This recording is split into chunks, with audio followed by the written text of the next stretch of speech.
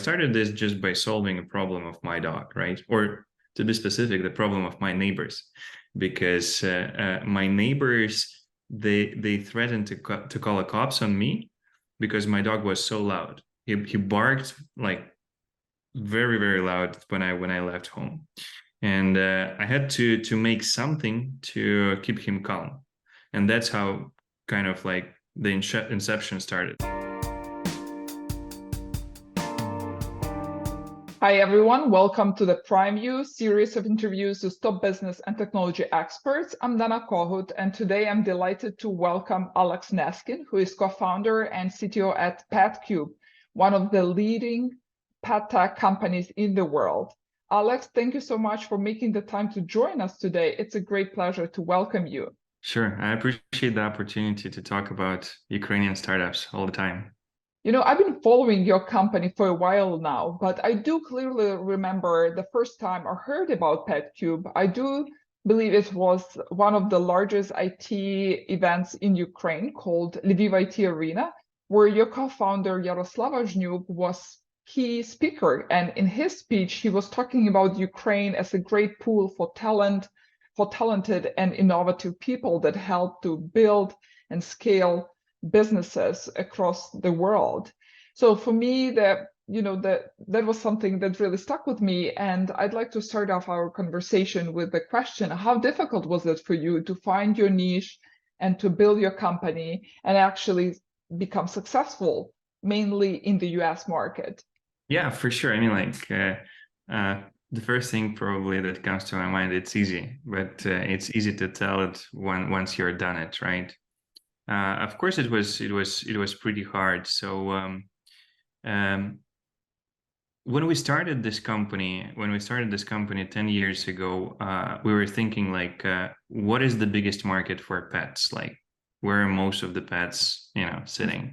It turns to be like, after a short research, we realized that the US market is the largest market in the world in terms of the pet population. It's ridiculous, but here there are more cats and dogs than babies. Did you know that? Really? I didn't know that.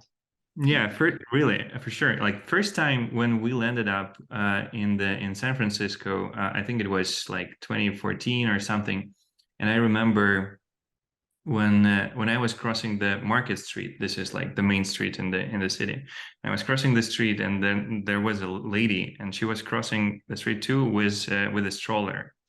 And inside of the stroller, there were like two dogs. I could not imagine on the other side of the earth in Ukraine that somebody like here would be crazy enough to carry cats and dogs. But this is normal. I get it, and this is like. So at that moment, I realized, okay, this is definitely the market we want to be, and this is the right market for our product. Because I remember when we started also from Ukraine, and like the first publications about Petcube, a laser toy for your cats. So that's how they call it.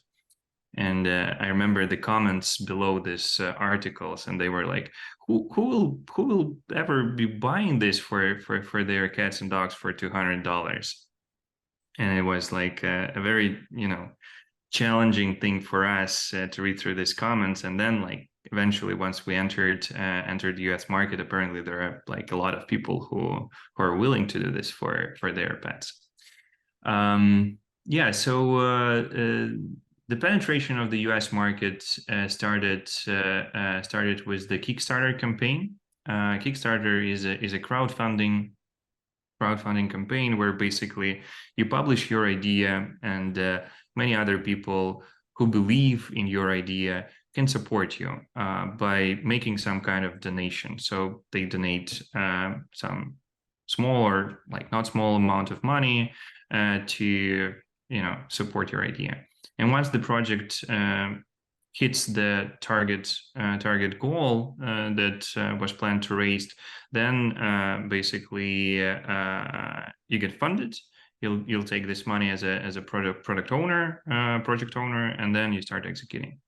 So Kickstarter, by the way, is also, I think, is a good way to validate your hypothesis or validate your idea because like this is just an opportunity to check whether people not just willing to, you know, support your product by saying it's good, it's great, but also willing to buy it in advance. So we've been one of the first successful Kickstarter projects out of Ukraine, I believe so. We raised for our first Kickstarter campaign, we raised like $250,000, 250,000 something, which helped us basically produce the first batch of our devices and start shipping them to the United States. So this is the first step of penetration of the United States market, and then obviously, like we realized that in order to sell in the United States market, you have to be somewhat present here. Well, at least that's what we thought back then at that time. So my co-founder Yaroslav, who is the CEO of the company, he relocated and he moved to the United States, and he spent like most of his time in the United States, building the team, building the sales and marketing team here, because we started by hiring people on the local market to support us on the marketing, on the brick and mortar retail, because we, as a three dudes from Ukraine, we had this aspirational idea we want to place our product on the shelves of the US stores. We want to like see our products on Target shelves, Best Buy, and so on. We did that. It was not like the best strategy, as I can tell right now, but it was like, you know, a good check mark or filling for, again, those three dudes from Ukraine to put on their bucket list. Yeah, Alex, just if I can interrupt you really quickly here, and that's really interesting what you're saying about looking back. You say that having your product in brick and mortar stores was not the best strategy. I do actually remember the first time I traveled to California, I went to Best Buy to buy some stuff, and I actually bumped into Petcube, right, into your device. And I remember that proud moment, hey, this product has been built by a Ukrainian team. So why, looking back, why do you think that was not the best strategy, and what would you do differently now? Yeah, that's a good question. So let me explain it to you on the example of iPads. Imagine that you go to Best Buy store. It's 2010 year, 2010. Yeah, 2010. There is no iPad yet, but like it's just like a shelf with TVs and the shelf with mobile phones. And then apparently you have this iPad. You don't understand, like this is a bigger screen than the phone, but it's not a phone. It's a smaller screen than the TV, but it's not a TV. So like, what the hell it is? And there is no shelf literally for the iPad in 2010, right? And I think the similar situation happened with us, with the brick and mortar, and potentially could happen with any kind of like innovative product, right? There is literally no shelf for your product. And I'm really glad to hear that you found Petcube in the Best Buy store. But whenever I went to Best Buy store, I saw our product somewhere like, you know, closer to the clearance section, somewhere in the end, because they don't know where to put it. It's like, what is this? This is camera for cats and dogs. We should put it like in the pet section probably. Okay. But this is like technology product. So it's kind of like harder to explain to the customer in the brick and mortar stores. Like, what does your product do? Of course, there are some creative ways to do this, and like purchase or point of sales. This is like a monitor where you probably, like, if you go to Best Buy, you see how Apple or like other like Google, they advertise their products with some kind of additional screens that explains the use cases, that kind of like explain how does it work. So in our case, I think it's much cheaper to educate your customer online rather than building this presence in the store, especially for something that's, you know, is not common product. It's not something that customer used to have in their homes before. Yeah, I totally get your idea and understand you that sometimes educating online, you can actually it's something that you can scale very easily, right? And also, if the positioning on the shelf in any brick and mortar store is not the right one, that actually can dramatically impact your sales. So yeah, that's a very valid point. Thank you for sharing that. Going back to validation through crowdfunding platform, and specifically Kickstarter, is this something that you would recommend any startup company, hardware, software, in any industry to actually go through in order to have this initial validation? You know, if I may, I want to follow up a little bit on this, like creating the category, because I think this is Okay. very important, and this, before I answer about the validation by the Kickstarter, because I think it's very important. I recently read a book, and this is a really cool book. It's called Category Kings. And so this they analyze big companies like Microsoft, Google, Skype, and what they figure out that those big companies, one of the most common things among them is they created their category, right? They created a new category, and it's kind of the same thing that we tried, and we're still trying to do with Petcube. So there is, as you point out, there is no pet tech category, or there was no pet tech category. I think right now it's emerging. So we are in the very early stage of emerging pet tech category. There is so many tech products, or so many ways how you can enhance life of your pet with the technology. So it's truly like the beginning of this pet tech category. And I really hope that at some point, so the goal, I think, of any company, of any startup, should be to become this like synonym of the category. Like Google became the synonym of the category, like searching something on the internet, right? Skype became the synonym for the category of like calling your somebody, right? Back then, but still, right? So they were this category leader. So yeah, I think it is very important. So and at some point, you're even creating this category, right? There was no such category before, so you're like just creating this category. So the same happening with Petcube. We're on the way to create this pet tech category. And yeah, I just think this is very important to keep in mind whenever you start your businesses and the startup.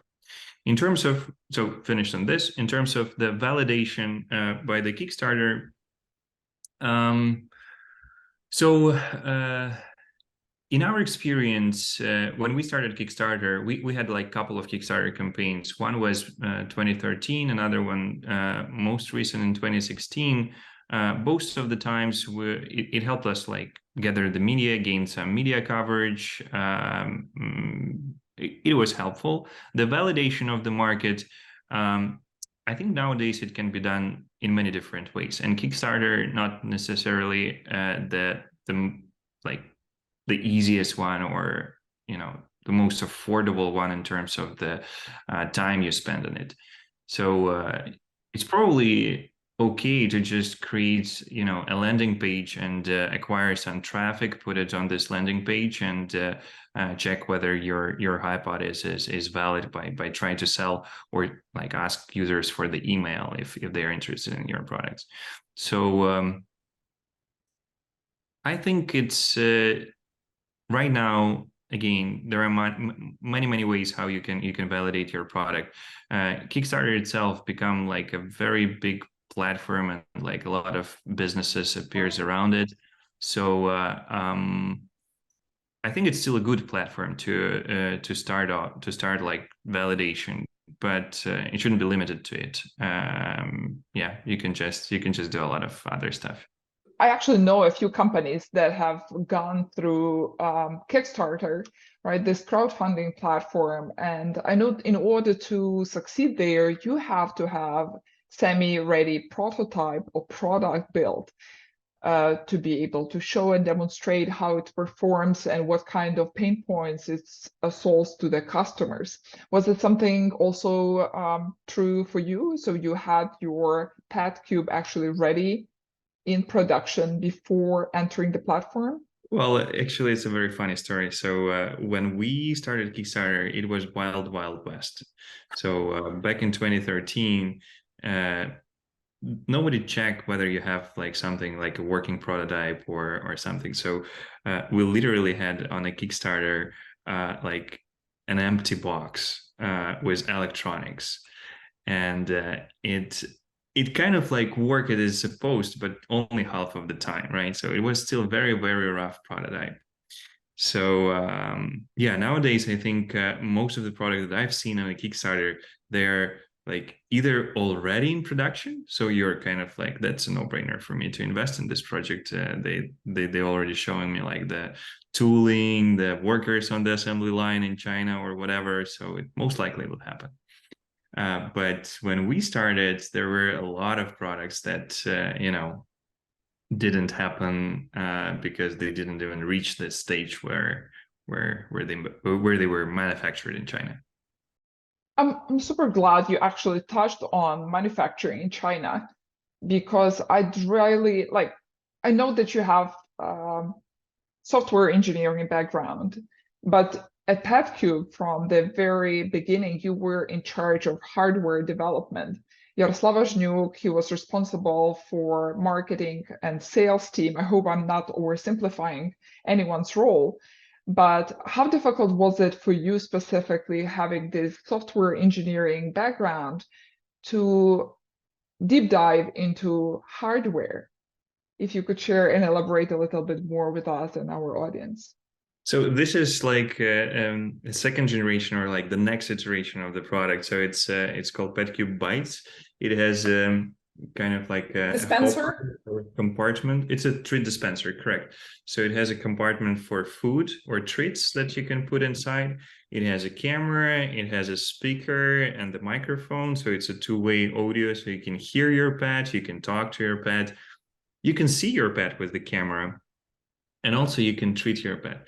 And the funny part is, like, if you ever played Angry Birds, you remember there you can change the force with which you're like sending those, I don't remember, pigs or whatever character it is. But here you can fling the treats with different forces. So it's kind of like a catch game with your cat or dog as well.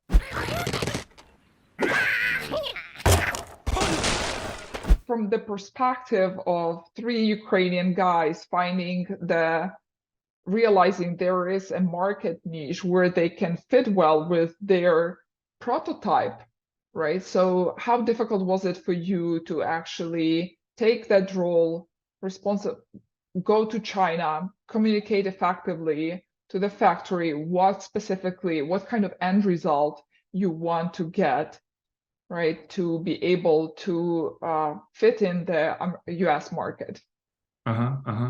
Yeah, so maybe like we could start because I think it might be interesting for your audience as well, like since the inception, right? Because I didn't realize that this could be a good business when I started this. So I started this just by solving a problem of my dog, right? Or to be specific, the problem of my neighbors, because my neighbors, they threatened to call the cops on me because my dog was so loud. He barked like very, very loud when I left home, and I had to make something to keep him calm, and that's how kind of like the inception started. So I took a camera. As a software engineer, I did not have experience with hardware. So luckily at that time there were some tools like it's called Arduino or Raspberry Pi or Raspberry Pi. This is hardware prototyping tools. I also call them like Lego for adults.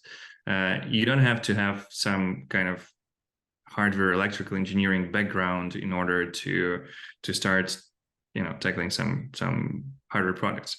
So I use those prototyping boards, and I created a camera which can move left and right, up and down, so I can see what happens in my room when I'm gone and Rocky is over there. And what I saw was really unpleasant picture, because Rocky was sitting in front of the door, he was scratching, he barked, and I totally can understand how, my neighbors can be distracted by that. So I said, okay, I need some kind of interaction. I need some kind of interaction with my dog to make him busy, entertained, and, so and I'm software engineer, and I'm also like lazy software engineer. So I had a couple of ways of solving this issue. One is like hard tech, computer vision. So recognize the dog on the picture. and then like invent some kind of interaction element and do the interaction with Rocky. But the lazy part of me took part, like won the game. And so what I did is I duct taped the laser pointer. This is a favorite toy of my dog Rocky. I duct taped the laser pointer to the camera. So every time when the camera moved left or right, the laser pointer moved too. And actually, the Rocky can chase the red dot. And again, instead of the computer vision and all this stuff, I created a Facebook application, and I kind of like crowdsourced this intelligence from all of my friends, so all of my friends can play with my dog Rocky. And that's how I met basically Yaroslav and Andrei. They started playing with my dog, and they said, "Wow, that's so cool! Like I want a dog for myself." So basically, I solved two problems, right? One is my dog was busy, exercised, like he had a lot of activity during the day, and my friends were happy, and also my neighbors were happy because you know, he was calm. So that's how the project started. And then yeah, you're right, we moved in China. So we tried to build this hardware in Ukraine for quite a while, I think for a year or so. And we didn't succeed in this. At some point, we even thought, okay, we may just give up on this because it's really hard to make hardware. We didn't know how to do it. It's a very difficult task. Cameras, like all this stuff. But then we thought, like, okay, where all the hardware is manufactured? It's manufactured in China. We should probably go to China to check it out. And but at that time already, like Yaroslav and Andrei, we were working full time on this project, and we found an acceleration program, a hardware acceleration program in China. So they basically it's called HAX, HAX. It's very popular, and they became our first investors as well.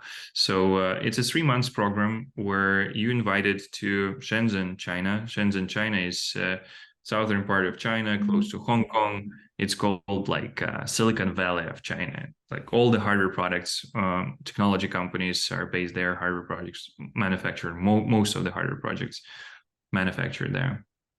So we went to China for a 3 months program. By the way, if you're doing hardware startup and consumer electronic startup, I think this still a very good program to go through.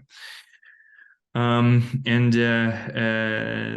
with this program, they helped us kind of like touch the water in China, understand that this is a totally different world. It didn't help us to, move from the prototype to the final scale mass production, but at least it helped us understand that, okay, it's possible to do it here. And here is enough like knowledge, tools, whatever to do it. And yeah, so this is a story of me being a software engineer moving to China. Oh, and one more ridiculous story, if like I can embarrass myself more about it. So there was in China, in Shenzhen, when we arrived there was like an office in Shenzhen. It's a big building, and it was pretty secure because you don't want to, somebody to sneak in and understand what you're working on. And there were like multiple of like many companies, maybe like 10 or 20 companies were in our batch at that time. So you don't want to anybody like outside of this office came in and sneak on your idea. So they have this kind of like fingerprint lock access on the door where you can like finger, and then the door opens, and it's kind of like pretty secure. And imagine like myself like arrived to this acceleration program first week, and I have to do something with the I have to prototype something with the soldering iron. I never used soldering iron before. I literally like YouTubed all the like tutorials, lessons, how to do this and all this stuff. And then the very first day, I fired my finger with the soldering iron. And it was the exact finger that I was using on the door lock, on the front door lock.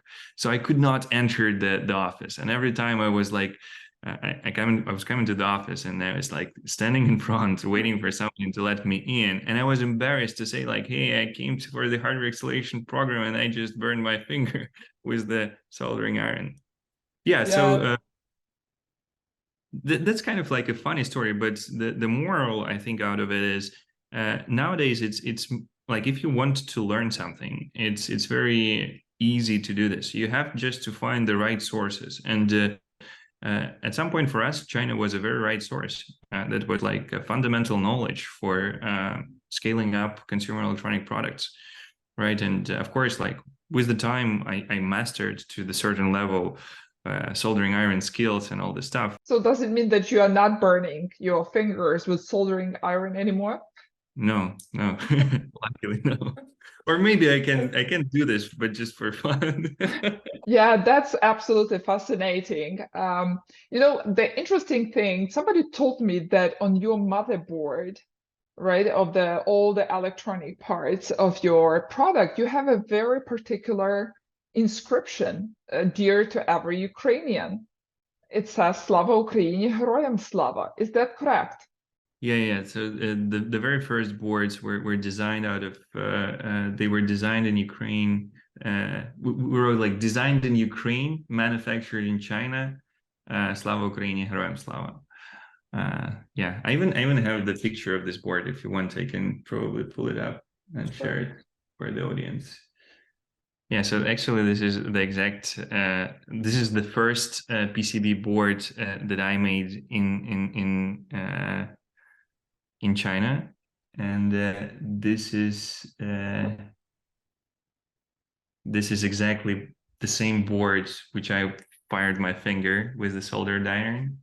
This is kind of like a shield to the other prototyping board, and So yeah. I can see Slava Ukraini, Heroyam Slava, and I see Ad Victoriam, Yeah, I to, just like I to the learned how. victory, okay, Yes. from Latin. Yeah, it's Latin. So I figured out how to print different stuff on the PCB board, and I just cannot resist, I cannot stop But myself. like I believe you were, how old were you? Like 20 something when you Yeah. started the company? At that time, probably guys would usually, they would write some like their girlfriend's name. And you right? And here you have a serious thing, right? Right now, the whole world knows this Slava Ukraini, Heroyam Slava.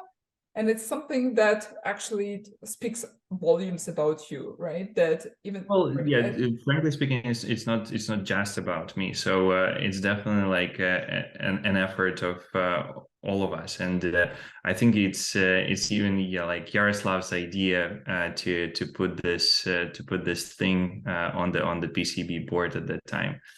And like I'm one of us, three of us, I think he's the most proud Ukrainian. And I remember that the first day we came to the hacks, he put Ukrainian flag close to our like tables where we were sitting over there. So everybody knows like these dudes are from Ukraine. And it was cool. That's absolutely cool. Yeah, specifically at that time, very often people would not, like, hey, Ukraine, maybe part of Russia or something. Now everybody knows what is Ukraine, right? Where is like what kind of Right. country. Now But everybody knows that, where yeah, it's like Kharkiv, like Zaporizhia, like even small Bakhmut, villages around. yeah. Yeah. Exactly.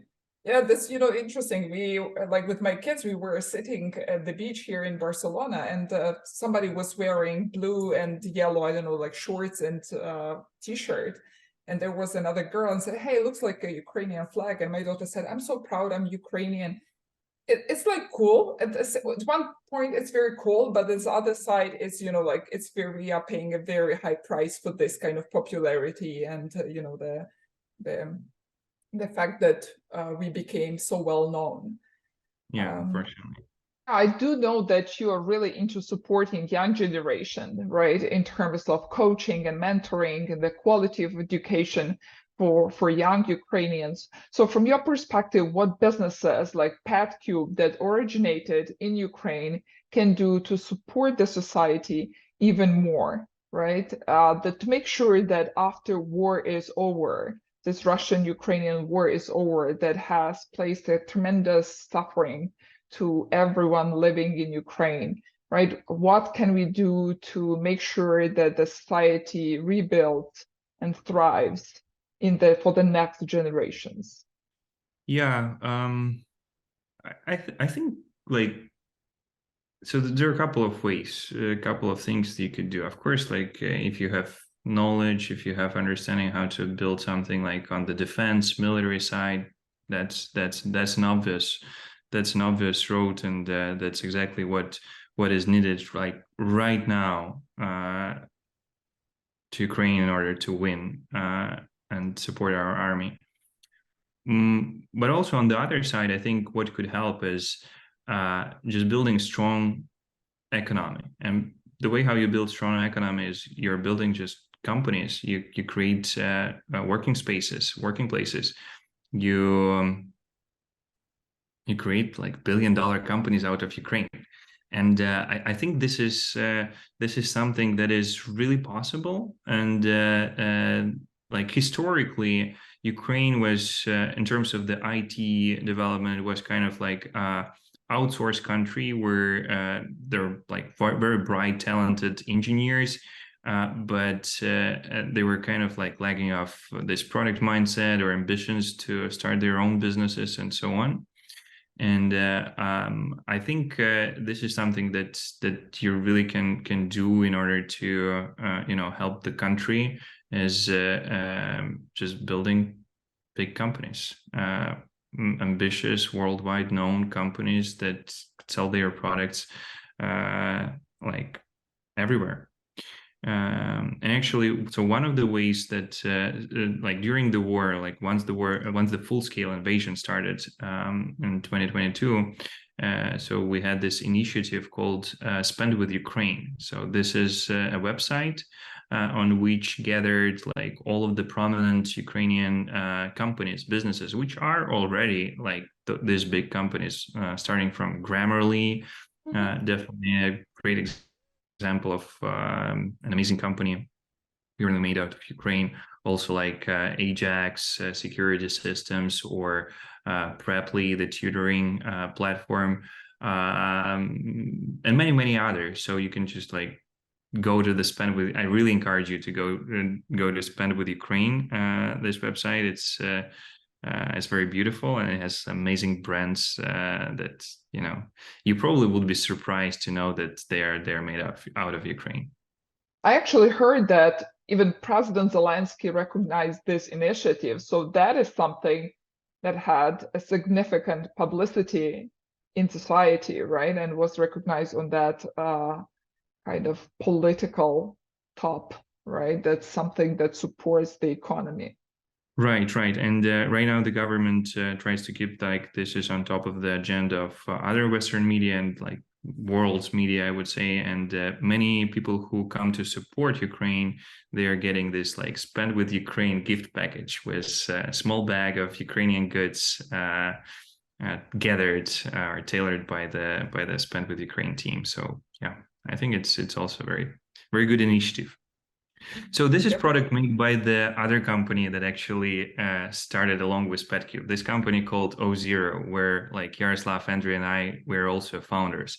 So this company is a design agency, design bureau, or it's better to say chief marketing officer on demand at a fraction of the cost. So we're helping other businesses, other companies to build their brands, penetrate markets, and it's called O0.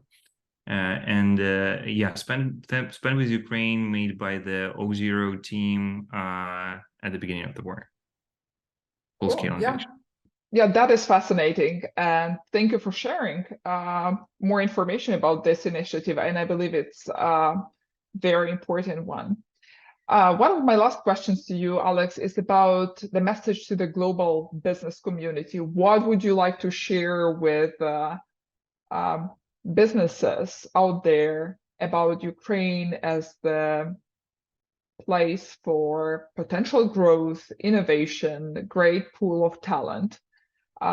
What would be your message to your peers in business? So there's definitely like a land of opportunities and landworks for investment, right? Especially like after the war will be finished. I think this is a really great place to, start your businesses. I know that our government support a lot new initiatives, new businesses, favorable tax forms, and this is for sure would be a right investment. But like I like my message, if somebody will be seeing this product, this video, our talk, like from the entrepreneurs out of Ukraine or like wherever in the world, so my message would be probably, so I really like this quote, and I think it helped a lot of times during the different stages of Petcube to survive and succeed in the end of the day. And it's a quote by Reid Hoffman. He's a founder of LinkedIn, and he said once is like, if you're not embarrassed by the product, you launched it too late. And I think it's like, so the message that I want to say is like, you have to iterate. You have to go quickly through the iteration of your product. You have go to talk with your customers. Look, even like example of Petcube idea, it started with like a fun toy, like with the laser. Nobody believed that it could be sold, but then we start talking with the customer. We start talking with the customers through Kickstarter. We start talking with the customers through, just interviews. Get out of the doors, get out of like on the streets and talk with people. And this is how it helped us to adjust this product. So just, follow this advice from Reid Hoffman, verified by Petcube, and you'll be successful.